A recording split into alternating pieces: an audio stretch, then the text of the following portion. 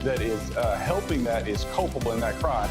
This thing is so full of pork that even Scrooge and the Grinch are happy about it. No, there wouldn't be a First Amendment without the Second Amendment. Your right to freedom of speech, your freedom of religion, the freedom and liberties that we have in this country are because of the Second Amendment. And never ever forget that. She's not going to be the great savior for the Democrats, and they can't skip over the first black woman vice president with the whitest man ever in history, Gavin Newsom. It's time that we, the people, take this country back.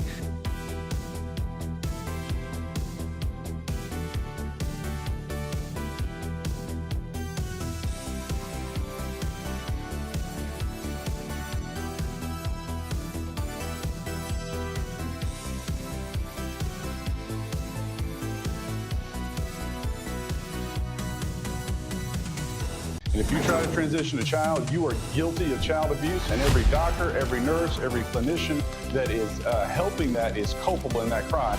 This thing is so full of pork that even Scrooge and the Grinch are happy about it. No, there wouldn't be a First Amendment without the Second Amendment. Your right to freedom of speech, your freedom of religion, the freedom and liberties that we have in this country are because of the Second Amendment. And never ever forget that. She's not going to be the great savior for the Democrats, and they can't skip over the first black woman vice president with the whitest man ever in history, Gavin Newsom. It's time that we, the people, take this country back.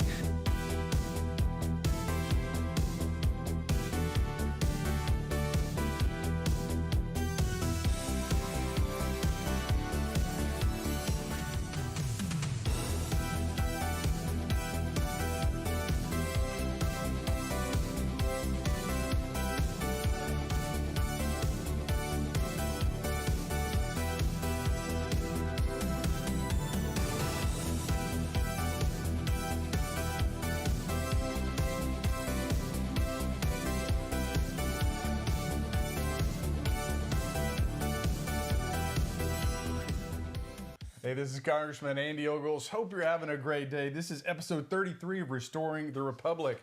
It's a great day in America. President Trump is in charge. We're going to talk about this gender snow person, which is absolutely ridiculous. But first, we're here with Shawn Farash.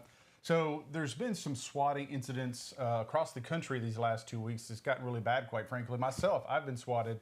Now, having been county executive, county mayor here in Murray County, they knew me. They came to the house, and obviously it was not a tense situation. But that's not the case everywhere. So first, Shawn, thank you for being here. It's early, but we wanted to get this message out. And there's really should be an effort, I think, to criminalize this, and we'll get to that in a minute. But first, before we get into your incident, tell me about you, how you got your start. The Shawn Farash. Yeah. So thank you for first of all having this conversation. It's I think it's important to get a lot of people involved with finding out how serious this matter is. And it's nice to see folks who are elected representatives up in D.C., our congressmen and folks like that who are reaching out to the constituents the way it should be, right? The way the system was designed to work. So I appreciate that. I got my start in New York. Quite an environment up there. Ironically, never swatted there with the amount of people I've ruffled feathers with. Now, how long have you been here? I've been here my wife and I have been in Tennessee since 2023, the beginning of 23. So you moved here in 23. Yep. Welcome to America. Yes, thank you. Land of the free down here. It's so nice, really, it is. But I started getting into grassroots activism back in 2020 during COVID, which I heard you did a good job with here in Murray County. Your reputation precedes you, is what I've heard, but not the same thing in New York with Cuomo and all of the rules and regulations that we had to deal with. Plus, it was an election year, so a lot of trucks, law-abiding, no problems, flying flags, and we used that to kind of all stay engaged and took over a few school boards and flipped a couple of county ledge seats. So it was a lot of fun in New York, but you make enemies doing that, teachers unions and death threats in the mail, calls, texts, nasty DMs. I'm sure you've dealt with it, but never to the extent of what happened a week ago. So that was it. I mean, and it was, I always say, I like the country music artist Billy Currington. He has a song called Must Be Doing Something Right. And so I say whenever, someone's coming at us, that song plays in the back of my head. Like, all right, well, the right people are upset with me, but we don't like when it gets to the level that it just got to. Right. That's it's a little different than somebody shouting out your name at a school board meeting in a derogatory term, or someone posting something nasty on social media, when they start sending armed police officers to your house and thinking that there's some sort of gruesome crime that's happening there, and the situation is artificially, astroturfed to be that tense, that's when it gets to a different level. You could harass me all you want. You could call me all the. Don't send cops to our house with guns. Now, if you don't know what swatting is, the short answer is someone calls. In my case, it was an email that went out. But in your case, it was a 911 call, I do believe. But they report a crime, whether it's shots fired, or they pretend to be the person saying, I've done something to my family and I'm going to do something to myself. And so, as you say, the police are arriving on the scene, assuming that something intense is going down. And a lot of what police respond to, other than, say, traffic, is domestic type of calls. And so this is not uncommon for police to arrive on a hostile scene. And so that kind of sets the stage for what happened to you. Take it away. Yeah, so last Thursday, my wife and we worked in the yard for a little bit. We took down an older piece of fence. I was tired. Did you fall out of a tree? Because I just fell out of a tree. I did. We actually don't have any trees right now, which is nice, because we almost got hit with the tornado about 5 days ago. So we had SWAT, then we had a tornado. But I was a little tired. It was a long day. It was an early morning on radio early in the morning, and I took I kid you not, a 20 to 30 minute nap on a very comfortable couch. And my wife comes in and wakes me up and goes, "There are cops in our yard with guns." And I sat straight up and I was like, "What? What are you talking about?" I heard earlier in the morning about Gunther and Nick Sorter and some of these other folks, Chase from InfoWars, with the swatting incident. So I said, "Oh, we're being swatted." Now, my wife didn't know what that meant. She was thinking J6, like I was going to get ripped out of the house and go to jail and somebody's coming. I said, "No, that's not what it's going to be, but this is very serious, And there were indeed officers in the backyard with guns trained on our house, large, very big guns. And I'd never been in that situation before. Like, I'm 33, I'm almost 34 years old. Whenever I'm around firearms, we practice, safety. That barrel is never pointed at anything you don't intend to shoot. And I know that's the way that these officers treated as well. So I said, they will if we give them a reason to. So we got to just settle down. I said, we're going to settle down, we're going to calm down, we're going to wait for instructions. And because obviously whatever sent them there, we didn't do, right? We didn't commit any crimes. There's no reason for that presence at the yard. So we sat down. I started immediately texting people who I knew in the media and friends of mine saying, "Hey, I'm being swatted." I posted it on X. That's a great place to share information. And said, "I'm being swatted." And then I got a call from the Rutherford County Sheriff's Office, and they said, they asked who they were speaking to. I told them it was me. I said, "And I see a bunch of your deputies in my yard with guns. I really would like to know what's going on right now."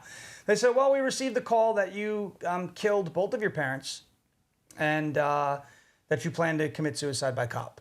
And I said, "Well, that's certainly not what I had on my agenda today. It's not what I plan on doing, and I plan on showing you in any way possible that is not the case, and then we can resolve it afterwards."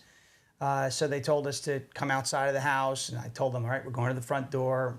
Hands up, hands up." So we come walking out with our hands up. The guys got their guns at us, and they pat both of us down, and we sit on the ground. And my wife's nervous because we have 3 cats in the house, and one of them's mean somewhat sometimes. So I told them, I said, the scariest thing you're going to find in that house is a cat who may hiss at you. Just ignore it. She's all hiss and no bite. But the long story short is, the sheriff's office, the deputies that were there were so calm and professional, responding to a call that was as gruesome as it was made out to be. If it wasn't for their professionalism and their calmness, it could have gone a totally different way. The biggest problem, or the one thing that sticks with me, is we can control how we acted. Immediately after finding out what was going on and hearing that it was going on across the country, and I heard of other situations. Marjorie Taylor Greene's been swatted. Tim Pool's been swatted. I've heard of different people. This has happened to gamers all the time. If they're playing Call of Duty, this happens to them. Not that it makes it right, but I've heard of it. So it's like, if this happens to you, just calm down. Just shut off, calm down, and then we'll get to the bottom of it after the fact. But the biggest thing that sticks with me is we can control our actions. I can control how I was going to act. My wife can control how she was going to act. But I don't know any of these officers. I don't know them. Not that they're bad people. I love law enforcement. But I don't know who's on, having a bad day or, Accidents happen, right? Who doesn't have enough sleep or I don't know, right? I don't know who's jumpy. I have no idea. And so, that's at that point in time when the guns are pointed at us, it's like, we can't leave any room for these folks to misinterpret our actions as a threat, because that could be the last mistake we ever make. And that's where it becomes really serious. After the fact, they had pizzas sent to our house, whatever, stupid, it's harassment, it's, I know where you live, and here's that's fine. It's harassment, it's a nuisance.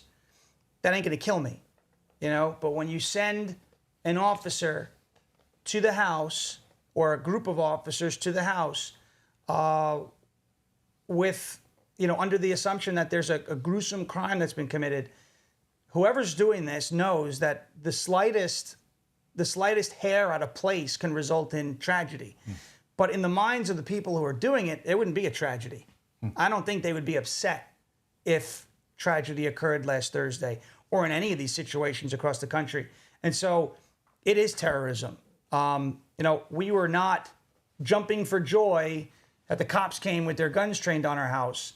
And the neighborhood, it's not just us, but this is a quiet neighborhood. It was. It was. I even had a friend from New York, and he called me in, he goes, well, the neighborhood was quiet till you moved in. I said, well, isn't that what always happens, right? But we spoke to some of our neighbors, and they were like, we've never seen a response like this in this neighborhood ever. Yeah. And, I feel bad because there are kids. We see these kids coming down the block on scooters and bicycles. They're playing basketball. They're running after each other. They're kicking a soccer ball. They couldn't do that last Thursday because the cops had the road shut down. One of our neighbors couldn't come home. The road was shut down. I mean, it was a response 10 out of 10 that every precaution was taken.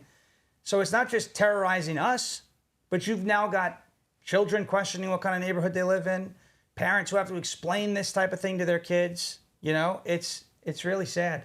I hope it never happens again. Yeah.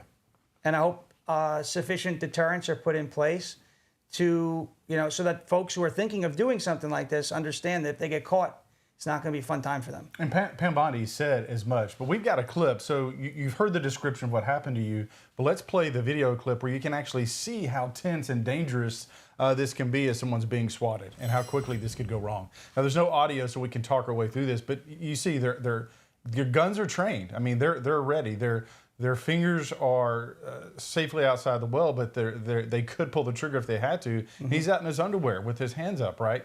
This could have gone south very quickly, and which is why my colleague David Kustoff from Shelby County has got the Preserving Safe Communities by Ending Swatting Act of 2025, which will make it a crime. Mm-hmm. It's already a crime, but this will take it to that next level and further define the criminality that's taking place. But again, here you see these officers, they don't know what they're getting into. Right. Right. As far as they know, you're ready, right? Maybe it's death by cop. Maybe you have a vengeance against the police. Mm-hmm. This situation could have gotten out of hand very quickly, as yours could have, as mine could have. Right. Mine was an email. They said I had, basically it was by the time you read this email, we'll all be dead kind of email. But that was a crime. But I knew the officers that responded to my house. It was very chill.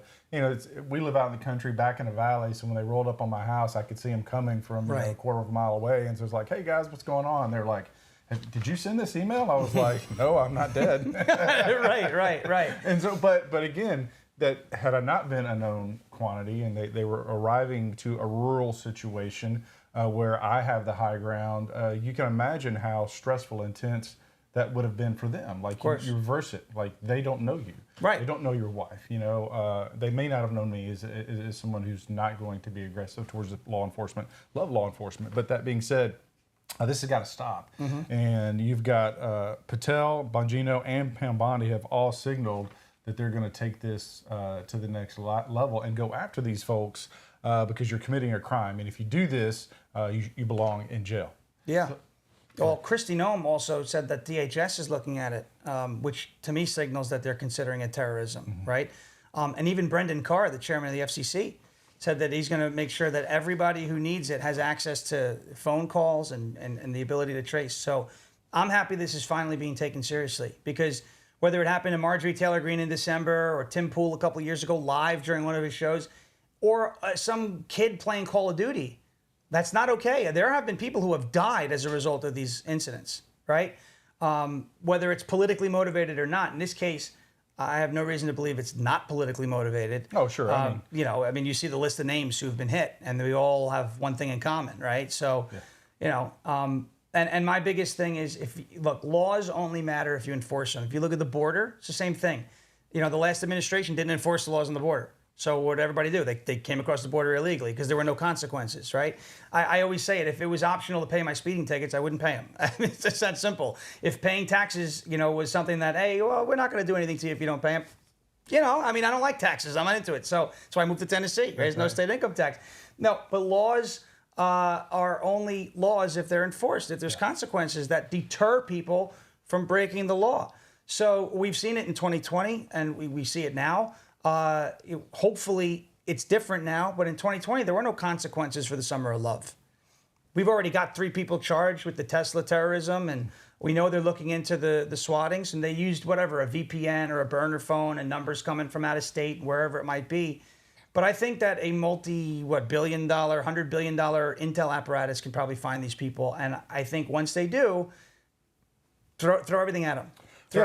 We look at Chase Geyser, 2 incidents within 12 hours. So he's an InfoWars host.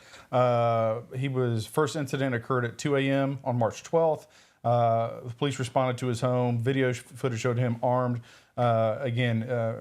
Response with the police. The second followed shortly after, intensifying fears of, clearly he was being targeted. You've got Joe Pags, conservative radio host, who was swatted. And again, there's video from that incident. And then you have Gunther Eagleman, who, a big social media influencer, 1.3 million followers on X.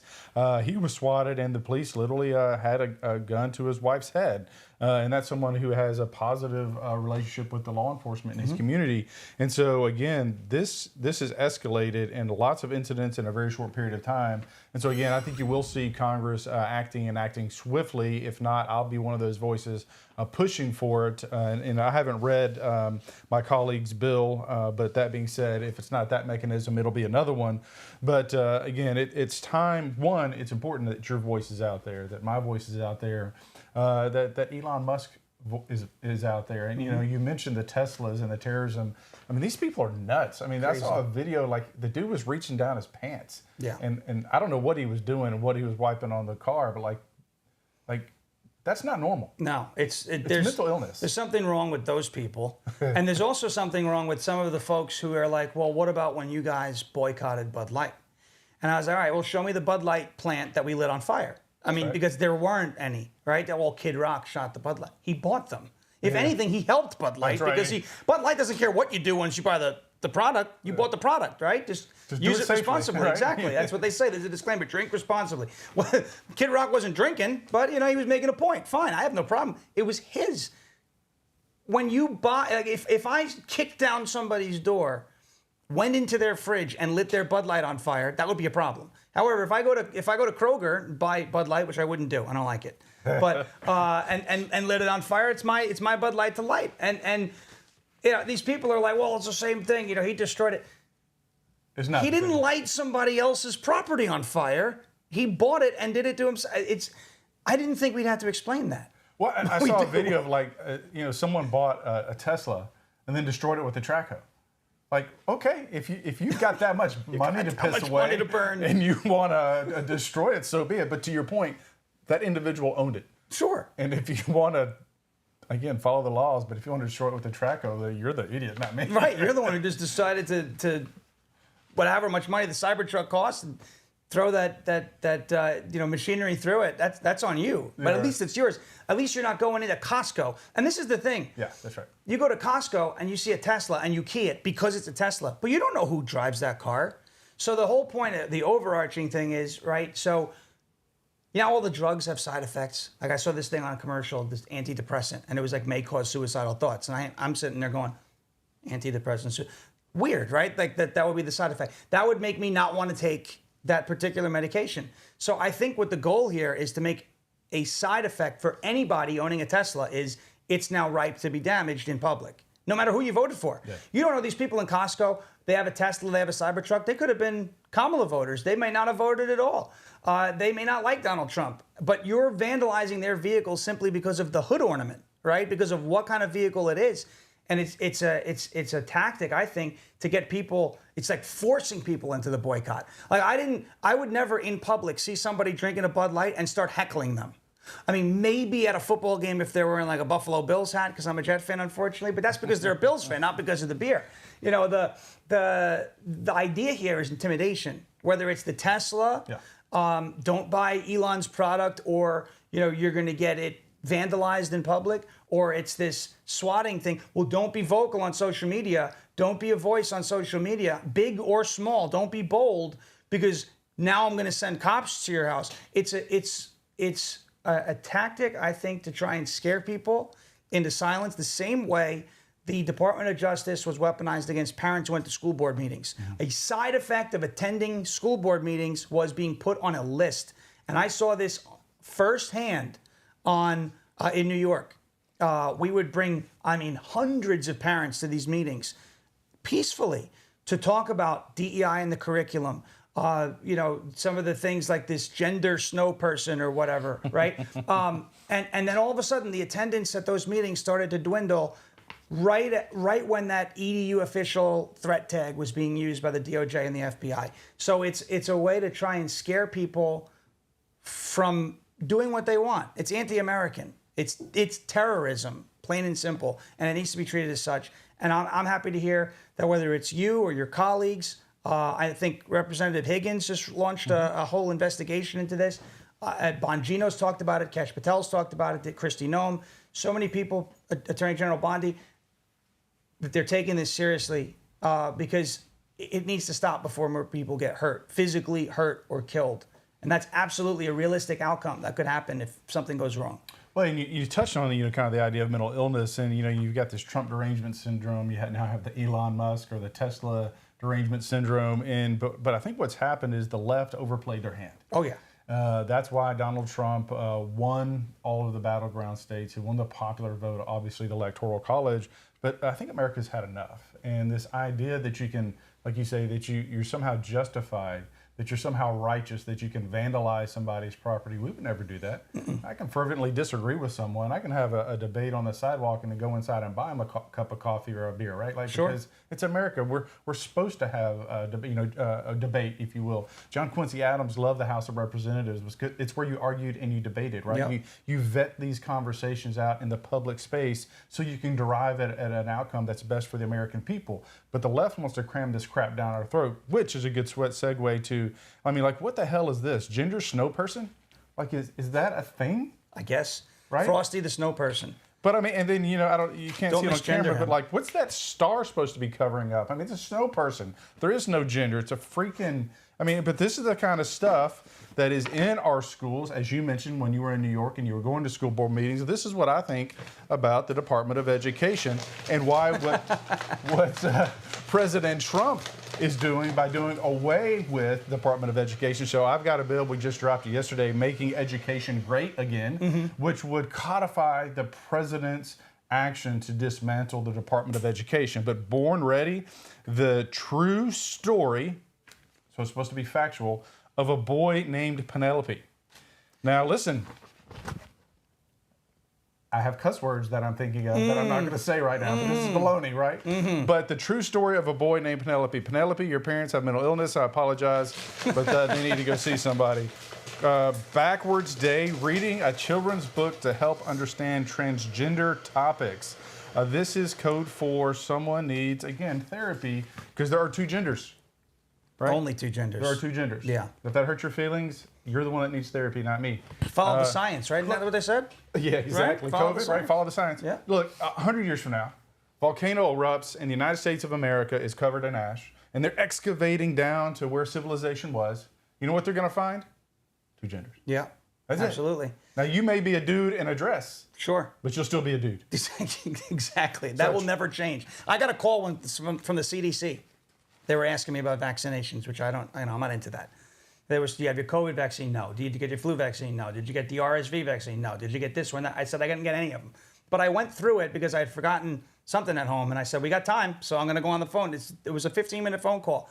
And one of the questions, this was before Trump took office, one of the questions was, it was, what was your gender assigned to you at birth? And I said, and I responded, I said, I'm a male. I was a male at birth, and I'm still a male because you can't change that. And I kid you not, the next thing that the person said on the phone was, that was my next question. Do you currently align with the gender that you were assigned at birth? And you said yes. And I had no idea. I'd never been through that call before. The fact that you're able to predict that level of insanity on a phone call coming from the CDC is problematic.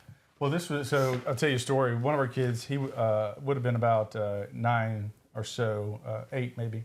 But anyway, so we're on a little vacation, and the restaurant, we're sitting outside on the sidewalk. The restaurant's really busy, and it's a touristy area, and there's this loud music coming up the sidewalk, and it's totally pedestrian, like there's no cars. And whoever it was, you could tell, was being loud on purpose. And it turns out it was this woman in a yellow sundress, only it wasn't a woman. And in fact, it was actually a very ugly man. And he was in this yellow sundress that my wife would look great in, or your wife would look great in, right? But not appropriate for a man. But anyway, that being said, walking down the street, and my son looks, and he's very, quiet about it. He's like, Dad, I think that was a man. I said, well, yes, son, that was a man. And said, and what do you think about that? And he said, well, he kind of looked funny. I said, exactly. And so I use it as a teaching moment to talk about, the way you present yourself in public, and people notice. I didn't criticize that individual. I said, and that person made a choice to wear that this day, and as he walks through the crowd, people are going to see him, and they can make their own judgment. But for you, you've got to understand that people are looking at you too. So like I totally deflected off of the whole transgender, like he shouldn't be doing like that. It wasn't the moment. It wasn't the right time. But again, even a 9-year-old, right, like instinctively knew that something was wasn't wrong. Right. And so again, this transgender nonsense, again, this is what's going away, folks. So when you understand the Department of Education is being dismantled, it's because of this kind of nonsense. And look, I'm a conservative, but I'm a member of Congress in D.C., but I trust our Tennessee legislature to create a curriculum and to educate our kids. And keep in mind that the Department of Education is a new construct. It was formerly part of another agency back from 1953 and 1979. Carter signed a bill that separated the Department of Labor and the Department of Education and elevated that. In 1980, it became a cabinet level position. And so obviously there's problems there. But our founding fathers, reading, writing, you name it, are absolute failure. So why wouldn't we dismantle it? Right? Well, here's the thing. You invest trillions of dollars into the DOE, right? You want return on investment. You need to see the improvement in these metrics, and you haven't seen it. In my eyes, right? I mean, if I invested, a healthy amount of money into stocks or cryptocurrency or whatever it might be, and did not see return on the investment, I'm going to look to maybe invest in something else that would be a better investment. Why are we going to continue to sink trillions of dollars into something that isn't working? Absolutely. Right? Failure. It's failing. Its goal was to improve reading, improve math, improve these test scores, and that's what they said the goal was. Now it's kind of been twisted. To indoctrination. Exactly, into indoctrination. And chimera butterflies? Like what non-binary animals? It reminds me that, this is the Ministry of Truth almost with 1984, where they've selected something that they want you to believe is true, and they're going to pump it into your heads. And that's DOJ in 2021 with this threat tag, parents at school board meetings. A lot of people talked about it then, but it kind of was glossed over. Zan Tanner is Merrick Garland's son-in-law. Zan Tanner is co-founder of Panorama Education. Panorama Education sells DEI models to schools, public schools across the country. We had teachers being trained in those models on Long Island, so they were indoctrinating the indoctrinators. It's the same reason why a lot of people got upset when USAID came under fire. The grift, right? The money, the profits were being threatened. And I was so happy to see this yesterday that the DOE is out. Well, you mentioned, they're teaching the teachers. So literally, 2023 Equity Action Plan summary from the U.S. Department of Education. Mm-hmm. So what in this is about math? Right. What in this is about reading? What in this is about cursive writing or our founding fathers, right? None of it. It's about cramming the agenda, their truth, down our throats. And I would argue that the American people have spoken. The left is in disarray. The Democratic Party is in disarray. And I think that's why you see kind of this anger and this angst, where this derangement syndrome, that I even see it against me, but is manifesting itself against Elon, against Tesla, against the President of the United States. And I'll say, President Trump was elected to office. He lost, right? Then we got Joe Biden and the failure that was. I think that was an important historical contrast. I think President Trump, although I would have preferred that he served 2 terms, because we wouldn't have to unravel all this nonsense, you wouldn't have to have gone through what you've gone through, is that the American people saw a clear contrast of what it was and what it Biggest was wake-up becoming, call. right? Biggest wake-up call in American history. And what's the Kamala phrase? Like, we have been unburdened by what has been, or whatever. Something like that. You know right? what I mean? Like but now that Trump has been reelected, the American people are like, we don't know what that was, that experiment, but it failed. We didn't like it. So Trump is going in or come in and is pulling some of this rot out, these weeds out by the root.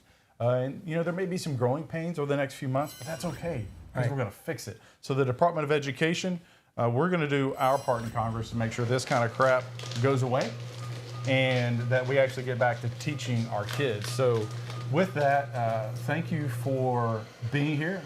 Last words, final thoughts as we kind of exit here. Well, thank you for, again, doing your part to raise awareness for what we went through, not just us, but for so many people across the country, the dangerous situation that we found ourselves in. Thankfully, nobody was hurt. Everybody, in our family, it seems like everybody across the country has been safe thus far. I can only hope, and I'll continue to lobby and be loud about finding these people, making examples of them, and basically, setting the standard that if you do this, if you engage in this activity, you're going to wind up like them, and you don't want to wind up like them. So thank you for having me. Thank you for bringing some light to this story, and keep doing what you're doing up on the Capitol Hill, because the right people are mad at you too. So, or the lefties. There you go. Yeah. Well, I mean, you mentioned it earlier, right? Like, when you're taking flack, you're over the target, and like they've come after me. The weaponized justice system went after the president. They've gone after the J6ers. Come after people like you. Come after me. Because they don't like this voice that is, I'm just unwilling to comply with the nonsense. So going back to COVID, right, where they're trying to take away our freedoms and liberties. And last, I was mayor, county executive at the time, and it was like, we still live in America. And 58-2-107 is the Emergency Powers Act for Tennessee, which gives me certain powers in a state of emergency. And as I'm reading the list of powers, I don't have the right to make you stay at home. I don't have the right to make you wear a medical device, which would be a mask. I don't have a right to make you take a shot or close your business or keep you from going to church. This is the United States of America, land of the free. And so I just refused to comply. The summer of COVID, when everybody was shutting down and going crazy, I had a county fair. I love that. Because it's America. Yeah, I love it. And you're a big boy. If you want to stay at home and live in your basement and be afraid of the sunshine, that's your call, That's right? on you, yeah. Right? But if you want to come out and ride the rides like I did, I can't tell you how many hugs I gave and selfies I took. I've still to this day never had COVID. Why?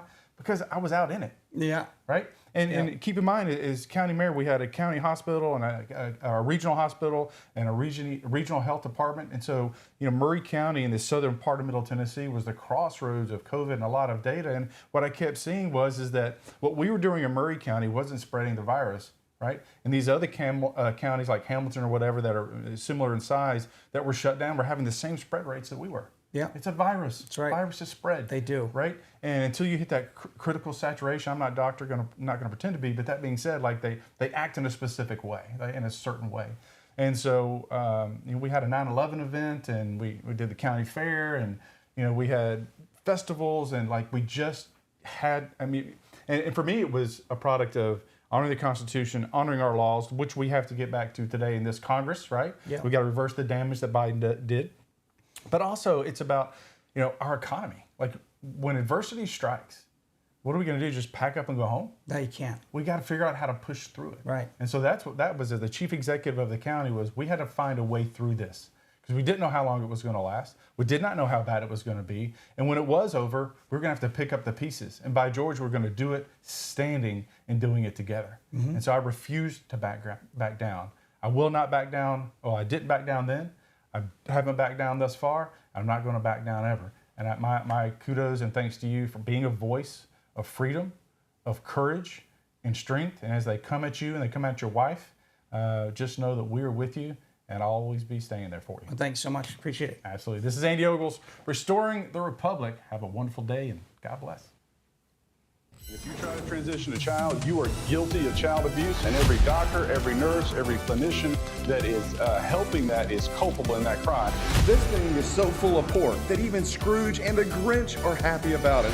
There wouldn't be a First Amendment without the Second Amendment. Your right to freedom of speech, your freedom of religion, the freedom and liberties that we have in this country are because of the Second Amendment. And never, ever forget that. She's not going to be the great savior for the